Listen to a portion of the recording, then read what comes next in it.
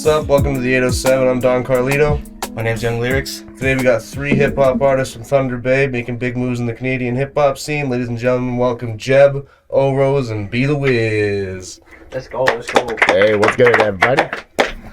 All right. So let's start from the beginning. How did you guys get your start in hip-hop?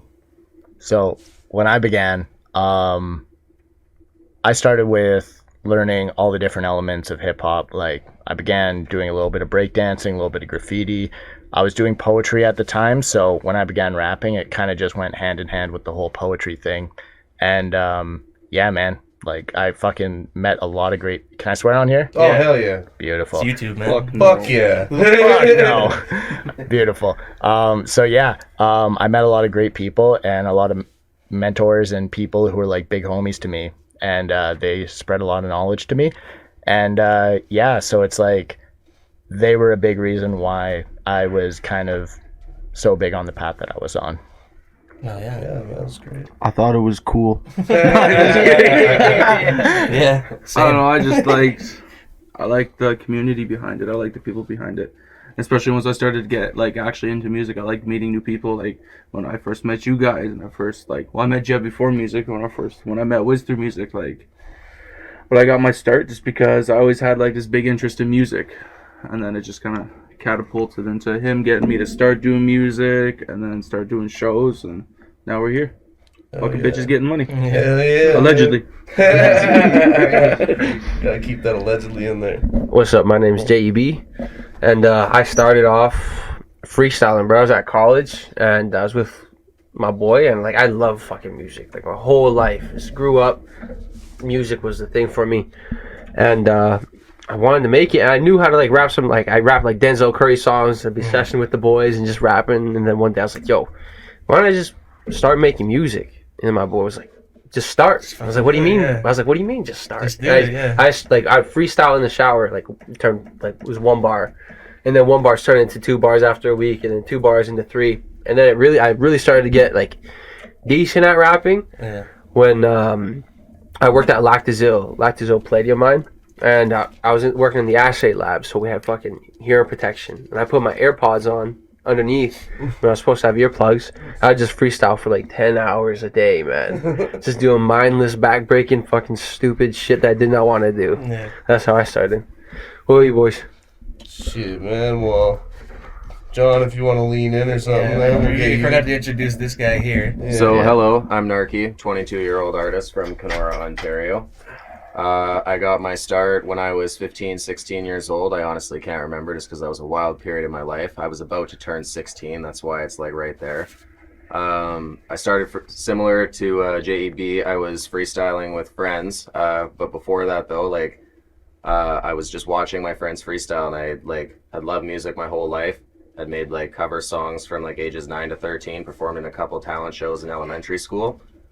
And yeah, I just wanted to have some fun with it, so I started freestyling, and then I started making what I call hot garbage.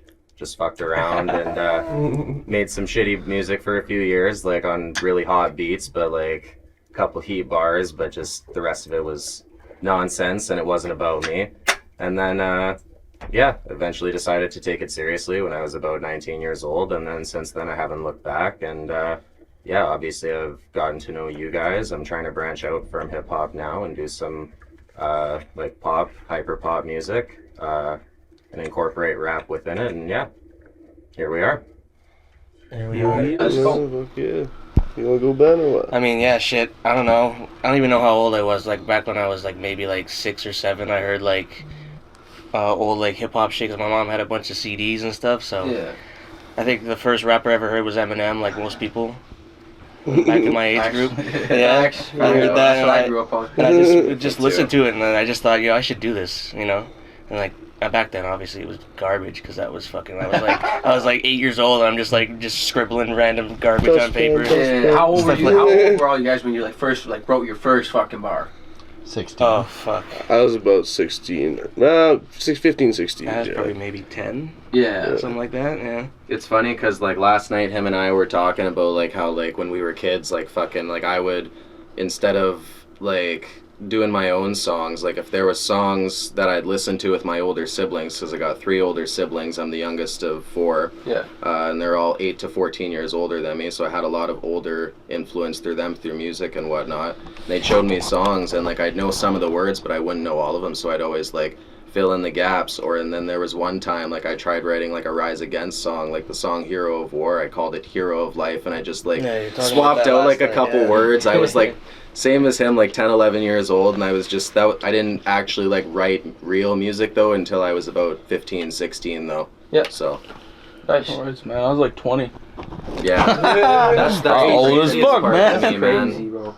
I was like, we were talking about that too. It's fucking crazy how you've only been doing it for a year, man. Like it's your growth and progression. Like every song you do. Like there's no way this guy's only been doing this a year. No, there's no shot. Bro, he is. Yeah. Like at my first year, like I can't listen to any of that shit anymore. Like this shit is trash. Can't even find it. You can't even find my shit from the first year I started, man. And that's a blessing in disguise.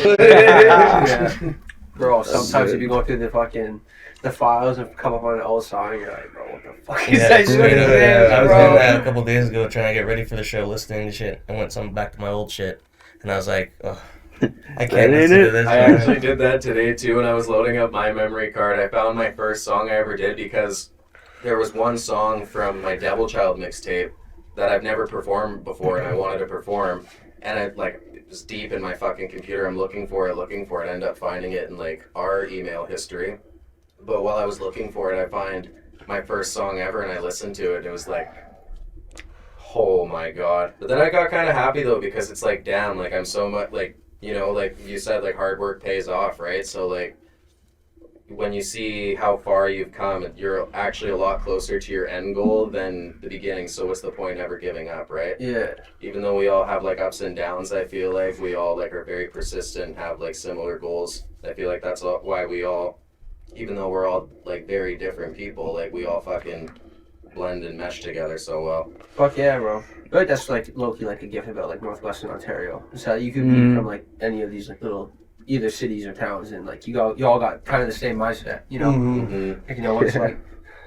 For sure. That's so true. And that's like the beauty of collaboration, you know, like working together and growing, even just spitballing songs back and forth and being able to get criticisms and notes and stuff like that. It makes you want to strive for more and push yourself further every time you create. I agree with that, 100%. That's true, man. That's why we all here in Kenora again. Just reaching out. Let's go. It's funny, like how I first found you guys. I was like, oh, I want to run a show in Kenora because I come here a lot. Like Google Kenora rappers, and then the Holy Trinity comes up. I'm like, oh, they even got an Instagram link. I'm like, fucking hit them up. And it's funny because I almost didn't respond to that message because it was in my message requests, and I never checked them. And then I just checked it I checked it like a week later, and it's like, you want to do a show in Kenora? And I'm like, what? Usually I get like spam messages, and they're not like that smart. They don't know where I actually live, and I'm like, this must be real. So actually, That's wicked. And then I found Narky because I went through one of the albums you guys had, and I saw this name Narky. I'm like, go listen to his music. I'm like, all right, that's my second candidate. So when you guys make a song, like, and you have, obviously you want people to listen to them, what do you hope they take away from your music and in the song that you have out? So, for me, it's just like a lot of people, they take away different things from my music. Some people enjoy certain songs because they're more hype. A lot of people like connect with my music, and it's like healing and therapeutic because like even songs like Passionate, where I talk about people that have passed away and stuff like that, and I pay homage and I show respect to people that, you know what I mean, have been within the community over the years. It's something that people who know these people, it strikes a special place with them, you know what I mean? And it's the same place that it struck with me when I was creating it. So it's beautiful, you know what I mean? I think like that kind of reaction that people can get from music is like, yeah, like at least that's what I've had communicated to me. 100%, yeah. 2 Rose. See, for me, I think it's like I want people to take away the love of the craft I have when it comes to like creating music and performing and things like that. I don't really care if they like it. It's music for me. Like I'm gonna bump my shit 24/7. I'm like a comedian. I'm gonna laugh at my own fucking jokes. Like, I don't really give a shit. Music is for me. If they like it, they like it. But what I hope they take away from it is that, like, he's got an appreciation for the craft. He articulates things. He thinks about it. Because my songs aren't as storytelling as Wiz's are. they're a lot more like New York style, aggressive, but I don't talk about gang shit. I just talk about like things that I've gone through in my life and try to put like that sharp sworded like lyricism to it. That's what I hope they take away from it, is that like, oh, he cares about what he does. And like, fuck everybody else. What would they think? It's kind of like an Ice Cube thing too, because like I don't know if you've ever seen it. Jonah Hill was on a talk show and he's talking about like how he wanted to see how he can make Ice Cube laugh. He's like, sees Ice Cube laughing on this plane hysterically, and he walks by like discreetly to see what he's watching. He's watching Friday, his own fucking movie, but he's laughing his ass off. That's fucking How about you, awesome. Jeb? Though, what do you wish they take or want them to take away from your music? I feel like every song kind of has like a different takeaway, but I don't want to say it'd be like fucking corny. Like it's just like I don't write a song with I want a certain person to feel this way. Yeah. I just want I'm just excited if somebody feels something. Yeah. Because that's what was always like most fucking exciting about music for me, is that it made me feel some type of way. And when you find when you come up on a new song that you've never heard before, and it just fucking like hits you right where like any type of art should. That crazy shit when you listen, you get like goosebumps. You're like, Yeah, bro. Yeah. Like, That's literally like brings tears to your eyes. You literally bro. fucking, like, Yeah. One of who's cutting onions in here? one of the craziest times that like I experienced my own music was when I was writing this song called Shine. It's unreleased right now, but it's like my first like sad like it's an uplifting song, but it's like it has sad undertones. And like when I was writing it, I felt like a certain set of lyrics, when I said them, like I could see how it would, I could feel how it would feel through my buddy, because his mom passed away from cancer, and like I forget exactly how the line goes at this moment, because like when I was in the studio, I had fucking started welling up and tearing up, and like I had to do like 10 takes before I could just fucking say it without like quivering, because I was like, damn, like this is real. It's what I feel. It's what my friends feel. And that's what my music's for. It's just to make anybody feel fucking something. I don't care if somebody hates it. If they make some think, it's just, it is what it is, right? Everyone's gonna there's always haters on there. It doesn't matter what If you don't got haters, you ain't doing something right. Exactly, bro. Exactly. So like, obviously being an artist and stuff, like you have influences. Like, what's your top influences for like when you started up? Like, who were you like listening to that made you like, oh shit, I want to do this too? So Capital Steez was one of the artists that when I was listening to, and like he's huge for me. Mac Miller was huge for me. I grew up listening to a lot of like Nas, Masta Ace, Nujabes, like even just like listening to like beat tapes and stuff like that when I edit and stuff like that, where like it's just like like even like honestly, like I like how there's still beat tapes being made and stuff like that too. Sorry, it just kind of Shout out Pretty Dog Ugly. Yeah, that was exactly what I was gonna say. Like Pretty Dog Ugly just dropped a fucking new beat tape. You don't see much of that anymore, really. And but it's still like it's a craft. It's dude. That's the thing, and that's the importance of all the different elements of hip hop being appreciated and like recognized and like practiced and pursued by different people in the community. Because it's like not everybody can do. Or no one can do everything, but everyone can do something kind of deal, and it's just about figuring out what you like to do, you know? Yeah. So for like me, the question was like who you look up to, right? Like, Biggest influences. 2014 Forest Hills Drives, J. Cole. I 100%. fuck with that shit. That one, Good Kid, Mad City, Kendrick Lamar. Those are my top two. There's like no questions about it. Like I know a lot of people be like Eminem, this or that, but like the generation I grew up in, it was like when I first really started getting into hip hop, it was J. Cole, Kendrick, and Schoolboy Q was like my two biggest oxymoron, fucking step backs. And then Good Kid, Bad City, To Pimp a Butterfly, 2014 Forest Hill Drive, Crooked Smile. Like that's like what really inspired me. And I didn't even start making music until like 5-6 years later. But that was like my real big introduction to like my mom listened to hip hop music. I was never a big fan of it until I started to hear those guys like J. Cole and Kendrick, and I was like, okay, I relate more to these guys than I do the old school hip hop.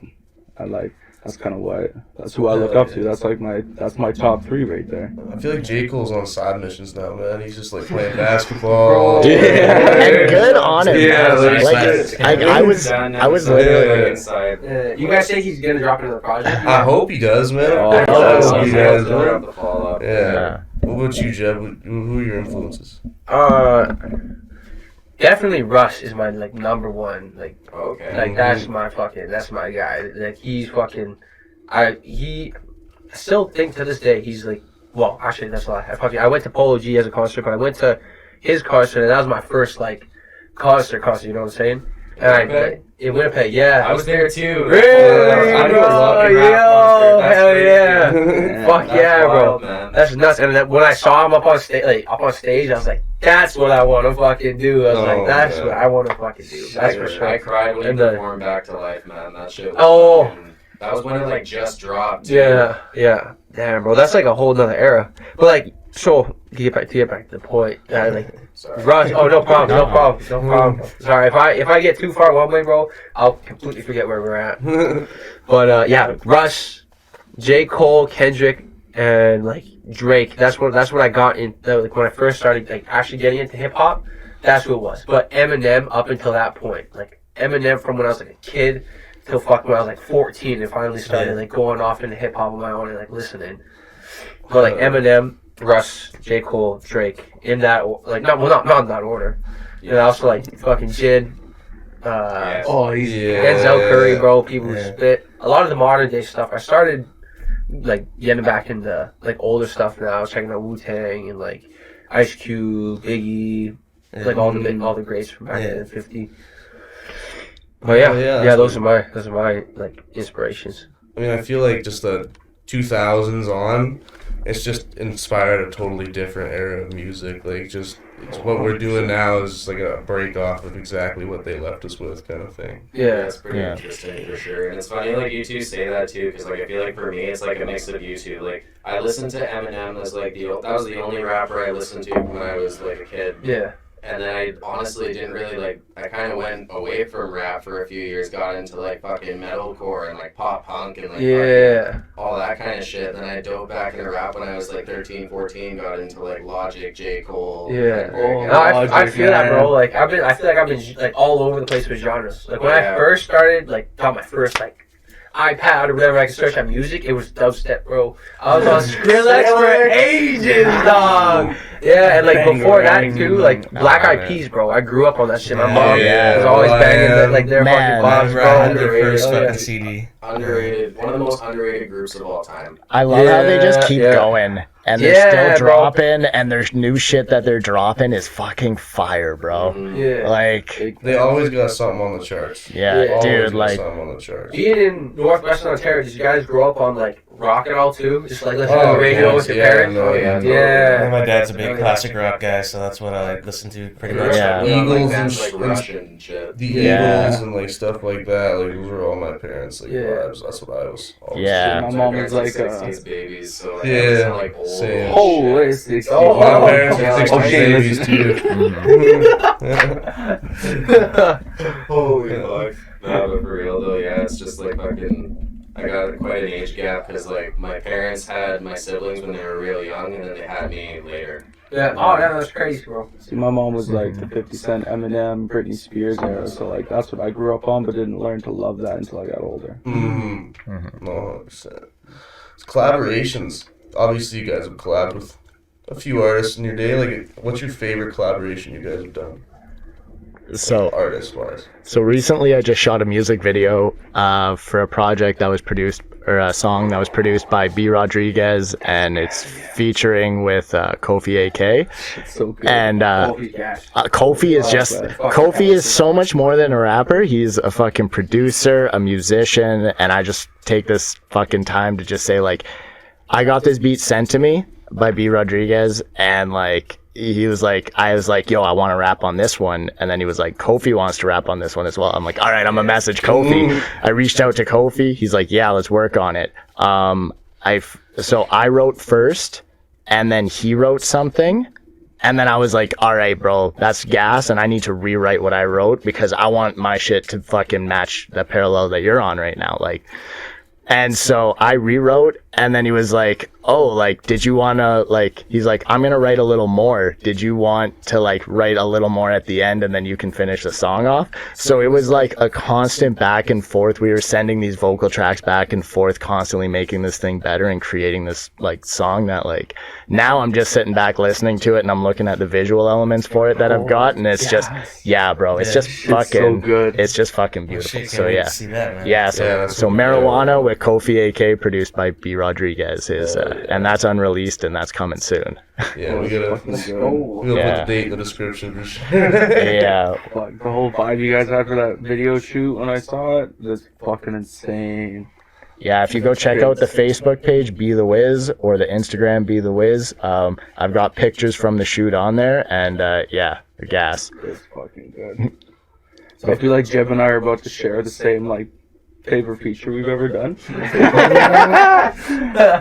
But my favorite one absolutely is, like, it's the one that we did with Choclair. That'll be, like, coming out real soon, April 20th. Because, like, he toured with Snoop Dogg, he did all these amazing things. And the ability to get to where I got that opportunity was, we're doing a show with him out back, having a smoke. And I was trying to get this guy. I'm like, just fucking go on stage. Like, just fucking give me your USB. I mean, what's the worst gonna happen? Bro, I had you continue. And, Bro. You continue. So I'm out back having smokes, and then we're just talking personally. And this guy's like a legend in the Canadian game, Choclair. Like, everybody's grandmother's mother knows who the fuck he was. And it was like, I caught wind that he was in town for the weekend. So I was like, what are you doing tomorrow? He's like, I was just sitting in my hotel room. I was like, well, I'll take you out for breakfast. And I'm like, I heard you like greasy breakfast. He's like, yo, that would be really sick. So I fucking, next morning I come up, I go pick him up, take him out for breakfast. And he's like, hey, I want to have you on a song that I'm doing with Baydream and Cody and the Illest. And I was like, oh shit, fuck yeah. And then he's like, hey, can you reach out to Jeb too? He's like, I want to have him on it too. And I reached out to this guy and he whipped over fast as fuck. But that's like my favorite. I'll let you tell your side, man. That was definitely my favorite collab. That was my favorite collab for sure, bro. So they're supposed to have this show, right? And I fucking forgot about it over the head. But then I saw Bailey was performing at the event center.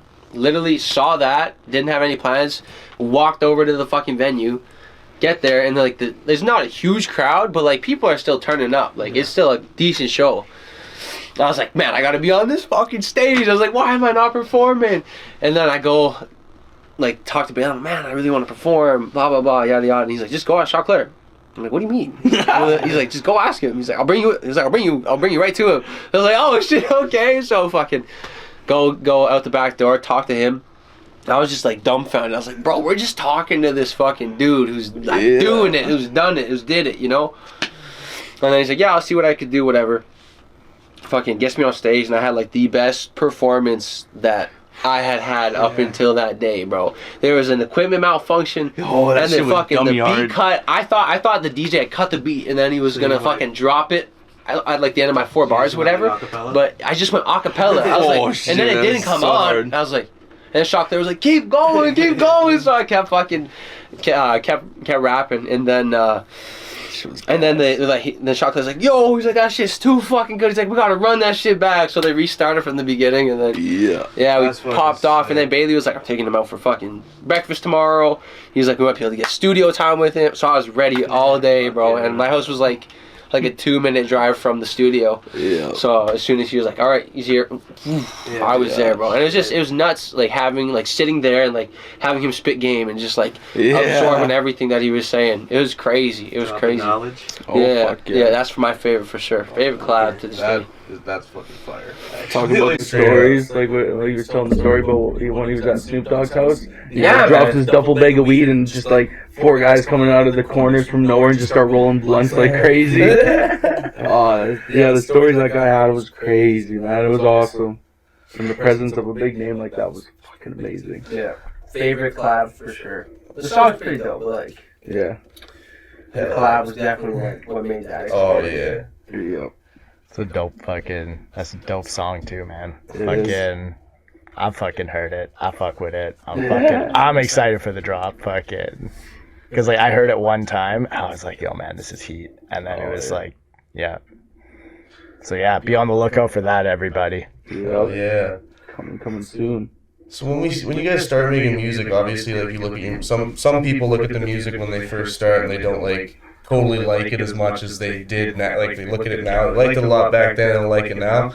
How has your creative process evolved since you've started, and like how do you feel about your music changing?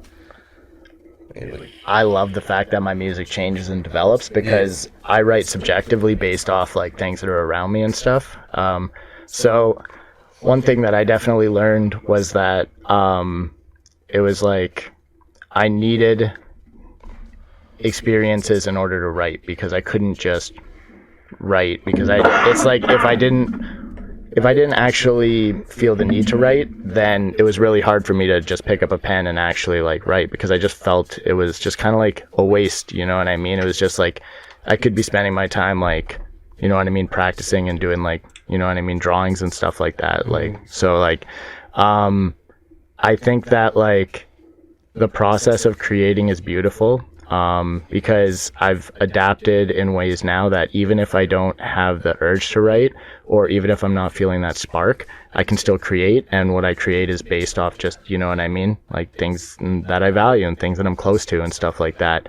I think it's really cool that you mentioned that people will like, you know what I mean, like all the different styles that people do over time, because I had someone reach out to me and they're like, hey, like I was listening to your stuff and like I really liked this song, and they mentioned like a song from an EP that I dropped called Sleepless Nights, which was like a while back, and it's on like SoundCloud, and it's like from like 2017 2018 I think, don't quote me on that, but it's yeah, like he was like, yeah, I really like Insane, man. He's like, that goes hard. And I was like, man, like, thank you. I was like, it's cool that you like a song from that long ago, because it's like, yeah, like, yeah, it's actually, you have people tell me that too, like, yo, I like that song, like whatever, they'll say a random song from like 7 years ago, and I think, oh, that song sucks. Like, why do you like that song? Yeah, dude, and that's the thing, is like that's because we're not jaded necessarily, but we are at a level of critique as artists now, because we've grown and developed, and I think that whole process is beautiful within itself. Like the fact that we get better, and then we're like, oh man, like you heard my old stuff, but have you heard my new stuff? Exactly. You know what I mean? I'm way better now than I used to be. Exactly. People to this day be like, I love Men on a Mission. I'm like, bro, I fucking hate that song. Yeah. It's my first one. Yeah. And but like still, I'm like so sick of it. You, man. I was just gonna say too, like I think it's cool because like I have a lot of friends who have a lot of like old material that like I listen to frequently and stuff like that. Like I don't know, did you ever meet T-Mac? T-Mac, no. No, he's like a really dope lyricist, like really creative guy, and like just super dope dude. But he moved away, and like he's just like fucking, I love it because everything that I see from him is he's like hiking a mountain or doing something where it's just like living his best life, and I'm like fucking, like I love to see homies that are doing hip hop like fucking just killing life, you know what I mean? Because yeah, behind the scenes, bro. Exactly. Sure, how about you? You want to say the question again? What was the question? Sorry, boys. Something about old school music, right? Creative process change. So like I did with the song John Wicken, I looked in the mirror, rapped about what I was wearing. You know, it goes, you know, white cap with the white tee, Air Force with the blue jeans, and like, but no, like for real, like my creative process comes really quick that it's hard to describe how it comes upon, because like a lot of my songs are written in like 10-15. It's like I hear the beat and then I just, this flow comes in my head and I just start writing, and I don't really think about what I'm writing. I'm gonna keep it 100. None of my shit is like, oh, I thought about this so much. It's literally I just start writing and that's all I do. It just kind of comes to me naturally, I guess. So like my creative process is almost like non-existent to a certain degree, because it's not thought out. It's just like a second nature. You're just like, you know, zoned out. Yeah, put a pen to a paper. Like, I can't think of a single song that I have released or have even done where I put a lot of thought into it. It's like I hear the song and then I just think of, like, I don't even really think. It's like, okay, this gives me this vibe, and I just start writing. Like Shaken, I didn't think about it. I wrote that in like 15, like one of my favorite songs that I've ever done, and it was like, didn't have a lot of pre-context to it.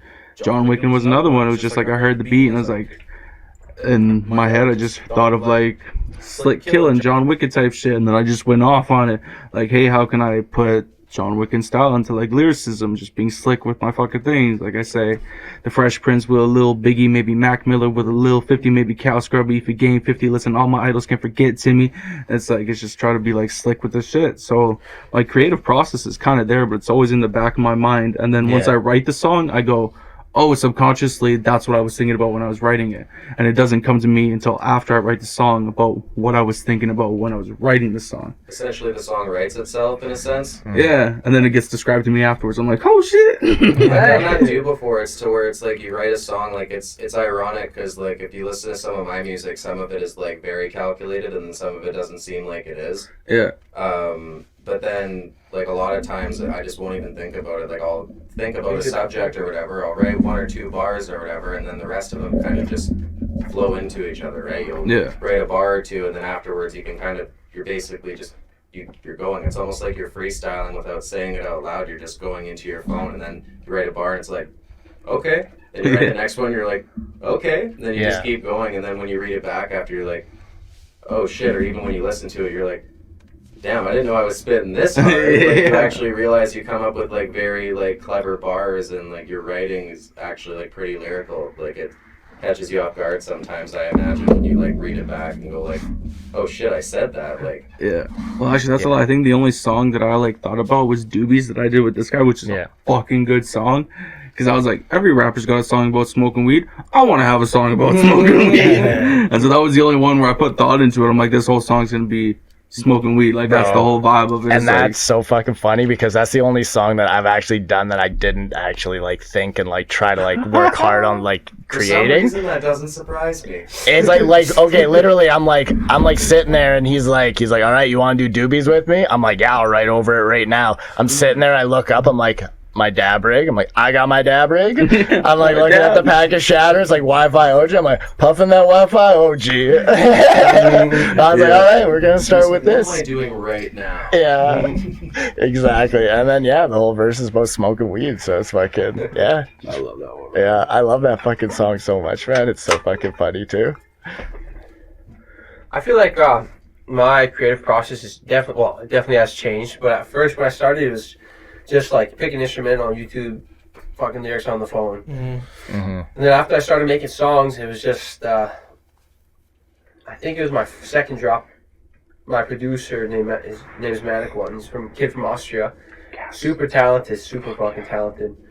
I love his beats. Like his beats are just his own style, and I feel like it complements me well. So then I started taking those beats and then still writing on the phone.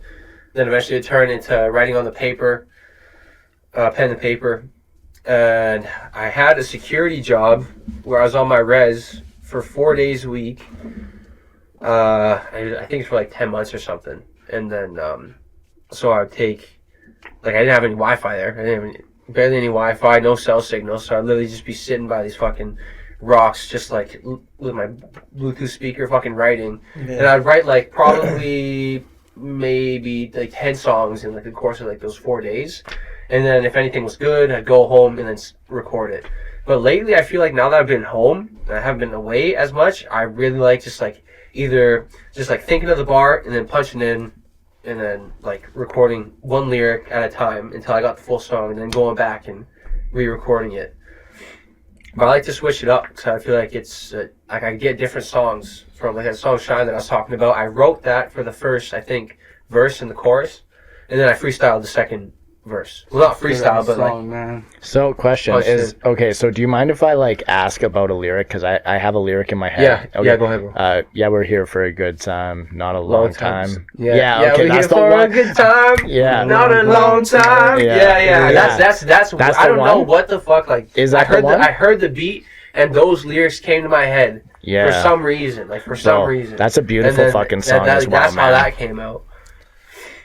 Fuck yeah, bro! That's 100% inspiration. Like, I forget the artist name. artist name, but yeah. I was gonna say, man. You boys will hear it tonight. It's the last song I'm doing of the set. Hell yeah. I'm glad you're doing that song tonight I think too, about man. that one all the time. Hell yeah, bro. No, that's a different song, but I think about that one so much. I was telling them yesterday, I'm like, man, I hope he performs that one song where he's like, I just want to be a rapper. That's second on the playlist, on the set gas, list, man. Yeah. No ifs, ands, or buts about that one. Fucking nothing but heat from And JEB. Shine. Jesus Christ. Yeah, but I feel like more like I just want to be a freak. I just want to be able to freestyle everything, like literally just like sit there, like Jay-Z style, just like then punch in, fucking record a song. That'd be mint. Mm-hmm. I feel like I always switch it up between, just I don't like the phone anymore in the notes. Either pen on the paper or freestyling. Yeah, I'm the same way. Pen with the paper is so deliberate too. Like everything you write, fucking, you know what I mean? Like, Yeah. Yes, sir. So, as artists, we all have like dreams for our careers and stuff like that, and like doing tours, obviously something we all wanted to do or have done before. Who is your dream tour guest, and what's your dream venue to play at? Yeah. To sell out, you know what I mean? Mm-hmm. Shooters Pub Kenora. We've done that already. let's go. Sold it out last time. Hopefully, sold out tonight. Yeah. Okay. I mean, shit. So if I ever got to a level where, I mean, I know it's a lot to buy into, like, but if I could ever sell out fucking perform at the Super Bowl, that would be fucking stupid. I don't think I know many venues that'll have more people than that. No, That's true. and More viewer-wise, viewers, too, yeah. like, Yeah. you're breaking pay-per-view records of that. Yeah. You know Alright, what so I mean? skip over me. I didn't think that far ahead. And in regards to the tour guest, fuck man, there's a lot of amazing artists out there, and I would honestly, just because I've got like an EP with them and I'm working on another EP with them right now, I would love to go on tour with Goldie the Goddess and fucking take like 2 of our EPs together and just fucking rock out, because she's an amazing singer, songwriter, and just like super dope person. And yeah, fucking, so yeah, that's who my fucking tour guest would be. Yeah. So like, I'm uneducated and I don't know venues. Facts. Selling it out anywhere is pretty fucking cool in my books. But like, as for like, if money was nothing, and I could pick who I toured with, it would have to be like J. Cole. Because if I could tour with J. Cole and then just be able to spit game and like just talk to him. I think it'd be fire too. I just like get to understand them, pick their brain about everything that they've done, and just like get to understand what's inside their head. But yeah, J. Cole would be like, he'd be the one. And to be honest, selling out anywhere is fucking amazing. Like, I'd love to perform at like the Rogers Center, Madison Square, shit like that, or even like the New York City Ball Drop, like do one of those fucking things. I thought about something, but just those kind of things. Like, every opportunity to me is awesome. And like, I think, of course, there's some that are better than others, but at the end of the day, I'm just grateful for any kind of thing, like opportunity in regards to that. But yeah, J. Cole all the way. If I could tour with him, I'll suck his dick.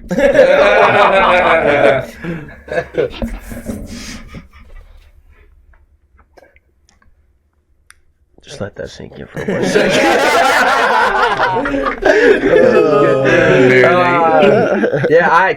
I don't know like venue, like what the names of the biggest venues are around or whatever.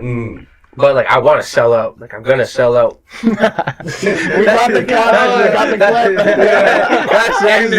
That's what's happening. But my like for real, like serious shit. I feel like either like the one of the biggest and like happiest and most valuable moments for me would be our performing at like either the auditorium in Thunder Bay and selling out, or Fort William Gardens. Because it's one thing to be like respected across the world, bro, but like I want to have impact on this city, bro.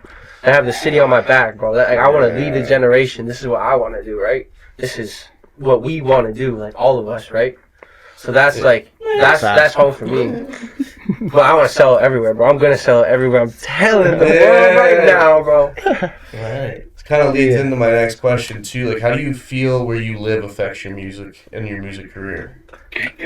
I was gonna say, like, I've been doing music now for 10 years, and on the 10th year of me actually doing hip hop music, I've gotten more opportunities via the city and via different connections within the city than I have in the past 9 years combined. And so, like, I've got a lot of appreciation actually for how much, like, love I've been getting from the city. So I feel like being where I'm at right now actually has a lot of, like, positive benefits because I'm actually getting looked at and stuff like that. And that's unreal to me because, yeah, that's something really new.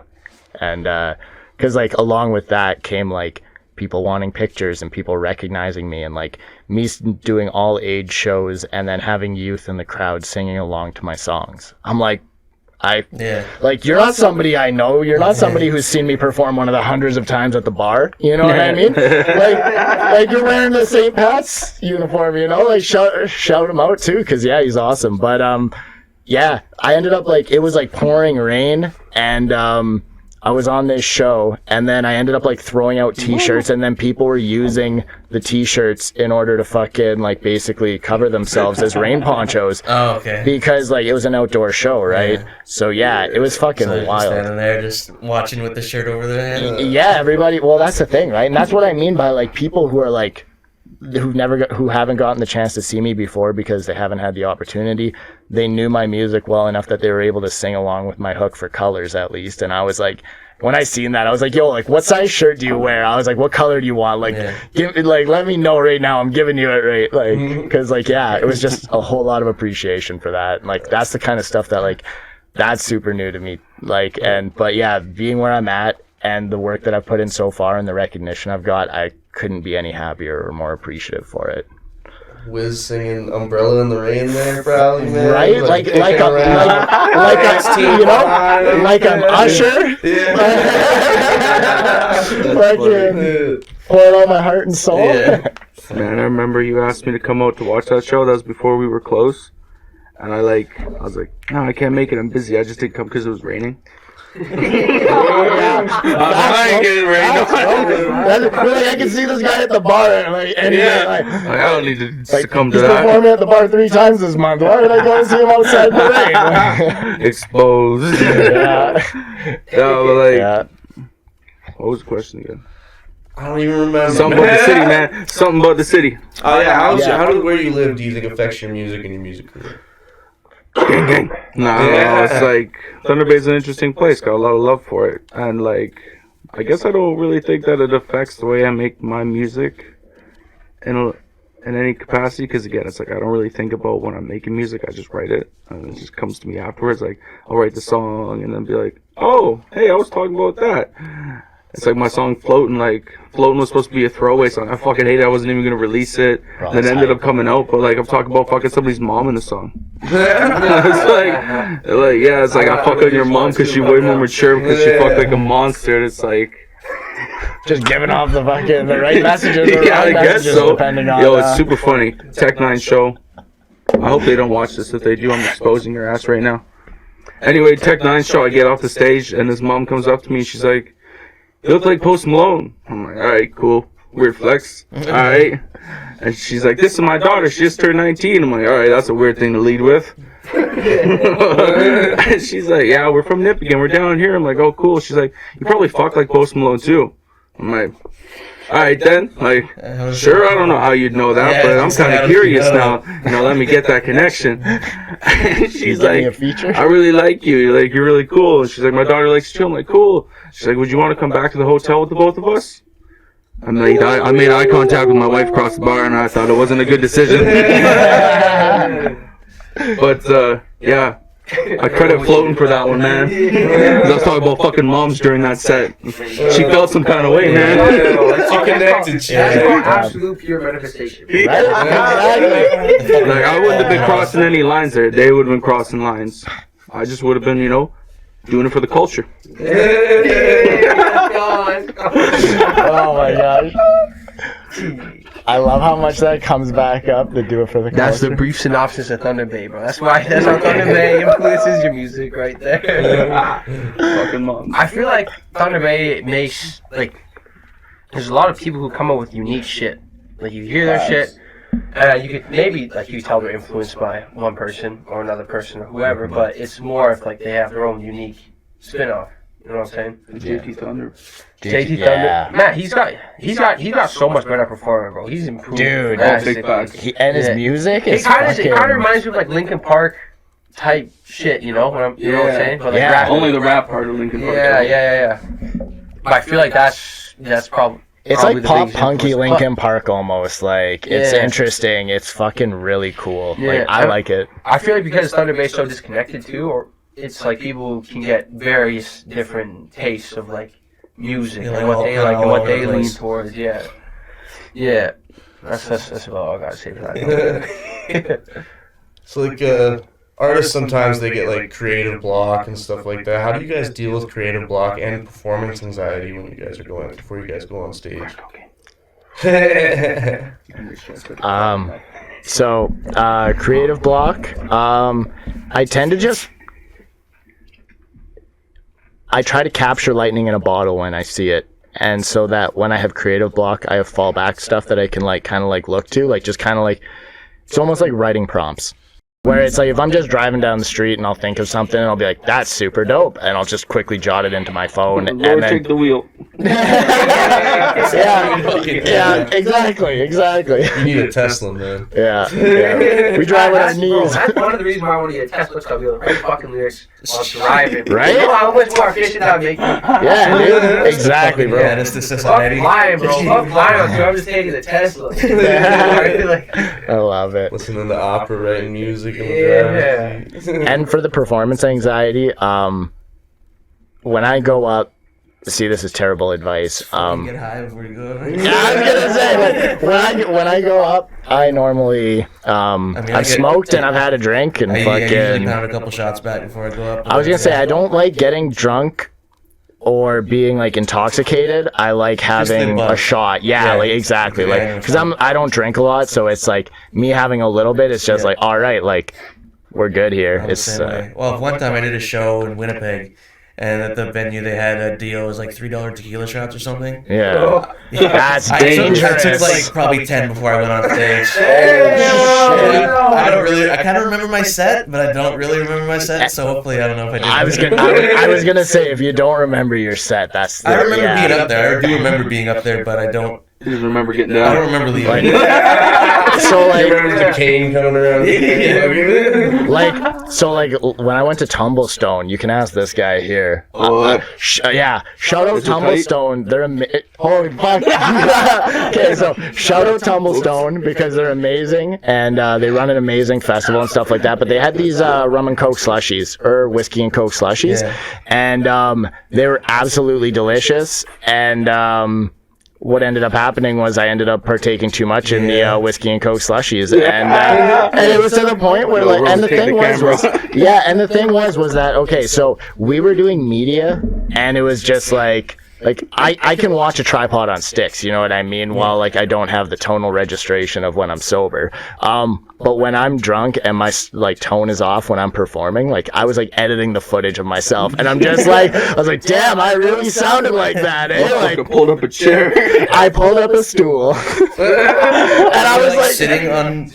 yeah, I just had the mic and I was just sitting on the stool, Like, and I was it was just like man. some sort of like slam poetry or Like Taylor something. Swift sitting on the more or stool, less, man. yeah. And that was the thing, was they appreciated it, and like that was the thing, is like every band was awesome, you know what I mean? And like it's such a free and like accepting festival, and it was like as I was doing songs, there's moments where I was like, all right, this song's about not judging, and then I notice my tone's off when I'm doing the song, and then like then they're cheering for me after. I'm like, all right, you guys really don't judge. Let's fucking get into this, you know? Like, let's get it. Tumblestone was crazy. Yeah, it's amazing. Fortunately, I haven't had writer's block. Like, and I think that's partially because, like, when I'm not in the mood to write, I just won't. So then I don't. You don't put force more- yourself to do it, yeah. Yeah, so I don't really get put in those situations. As for like performance anxiety, I haven't had performance anxiety since my first ever show. After that, go to fucking. You kind of just like, just don't give a fuck. You just go up there and Yeah. do it, you know? But I was super fortunate because my first ever show I did went dummy hard. Like, I think you were there, right? Bro, I gassed you up as hard as I could. I was like, Yeah. oh, he's gonna be fired. The bar's gonna know. Yeah. Oh, Rose! And nobody knew who the band was except the workers that were there. Yeah. But man, everybody was turning up to the music. Yeah, it blew me the fuck away because there's like 50, 60 people in there. And again, nobody knew me my first ever Andy's time. confidence just kept. Oh yeah, it just skyrocketed after that. Like, I haven't had a show that hasn't been like a good turnout like that ever. Every show has been like a good enough turnout where you got people like, not to be like braggadocious or shit like that, but I've always had people like yelling my name when I'm on stage and shit like that. And so like I've never had that performance anxiety. That makes sense. Like, if your first show is like a banger, then you just think like going into the Keep next going show. up. Yeah, exactly. And yeah, I've been super blessed with that, to like the opportunities I've had from Wiz and from JEB for putting me on Battle of the Bay and shit like that. It's like I haven't had performance anxiety since the first time. Like, my only advice for people is yeah. And like, for anybody who wants to do it, just fucking go for it. Don't really think about it. Like, I remember when we put Narky on for his first show, we get into town, we go for lunch, and I see him like he eats one fried of his poutine. I'm like, nervous? Yeah. He's like, yeah, I'm nervous. I'm like, don't be. And that was my advice. Just don't be, man. That's why I gave him told him to wear the glasses. It's like a shield. Yeah. Like, Yeah. I can't see your eyes, so it's kind of like, It's funny enough you mentioned that because like as I'm sitting here, I'm like literally like thinking about it. As I'm we like, get is it starting to set in? Like, Yeah, it's like we got we're, like, sound check in. How long do we have sound check in? Oh, we Probably should be right there. Like, away, see yeah. it right any minute. It's Yeah. 7:15 right now. Yeah. So Oh shit. Okay, yeah. Well, yeah, we can wrap it up here and kind of Like I didn't. selfless plugs, Shout out guys. 3 kids. Give us what you got going on right now in the world. Yeah, tell Let us come fundamentals and what's going on, what's next for you guys, and yeah. All right, so I do not. So we're okay. So what shows do we got together? Because we're on one bill, right? For Liam's show, for the Bay Dream show, the 420. You on that one. No, I. The 421. Yeah, we got that one. Yeah. Which is on 420 at Atmos. Yeah. So we're doing a 420 show at Atmos, I think. New York On in July. and then New York in July. Yeah. Toronto in September. Toronto in September. Tumblestone in August. Tumblestone in August. My name is Be The Wiz. You can find all my socials on Instagram, Be The Wizard, Facebook, Be The Wiz, and then fucking Snapchat, Chili House, ChillYhouse. And I do like little like snap stories and stuff like that, talking about behind the scenes stuff on there. So yeah, fucking support me however you want. So, as stated, we're in New York. Gonna be in Chicago. Hey, you Gonna got be in your stack Toronto. coming up, man. Like, Oh, shit. gonna be in Winnipeg. And oh shit, Atmos. Winnipeg. Yeah, man, gonna be in Winnipeg. Winnipeg, though, man. Yeah, woo! But like, so got a bunch of shows this year. Booked out of state. It's gonna be crazy. Catch me on WFRA 107.9 in a couple weeks. Actually, I forgot about that. Shout out Andre for putting me on. Andre. Yeah. And so there's that. You can catch me on Instagram at orose807, Facebook at orose. You ain't getting my Snapchat though. That's private. My name is JEB. We got shows, we got music, we got plaques, we got racks. That's about it. No, I'm just kidding. I got my first music video in the works. I'm working with this guy named John Westlink, good buddy of mine now. Moved to Ottawa. Amazing guy. Just super fucking creative, super driven. Awesome. Director Wes, Heroes, coming out to be determined, but it's coming out. Guys, fairy tale That's to about be it. determined.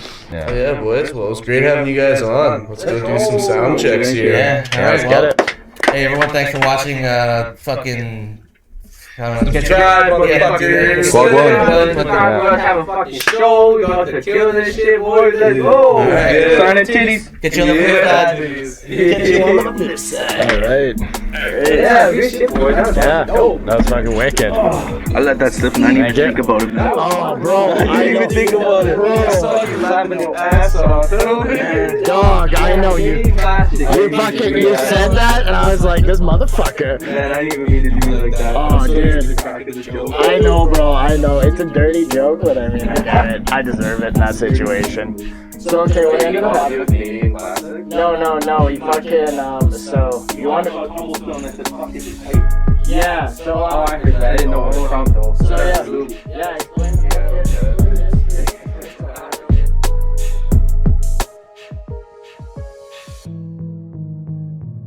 You can see me on camera. I'm like, All right, boys. So boys, fucking talk about what just happened. we just had a fucking podcast, yo. Oh, that was like a 6-way? On podcast. Bunch of guys, no girls, no homo. It's all good. All good in the Just a hood. lot of stink. Lot of stank. Yeah. It was a good time. Shout out the boys for having us on that. The flip side, Narky. Blessed to be in Kenora as always. Yes, sir.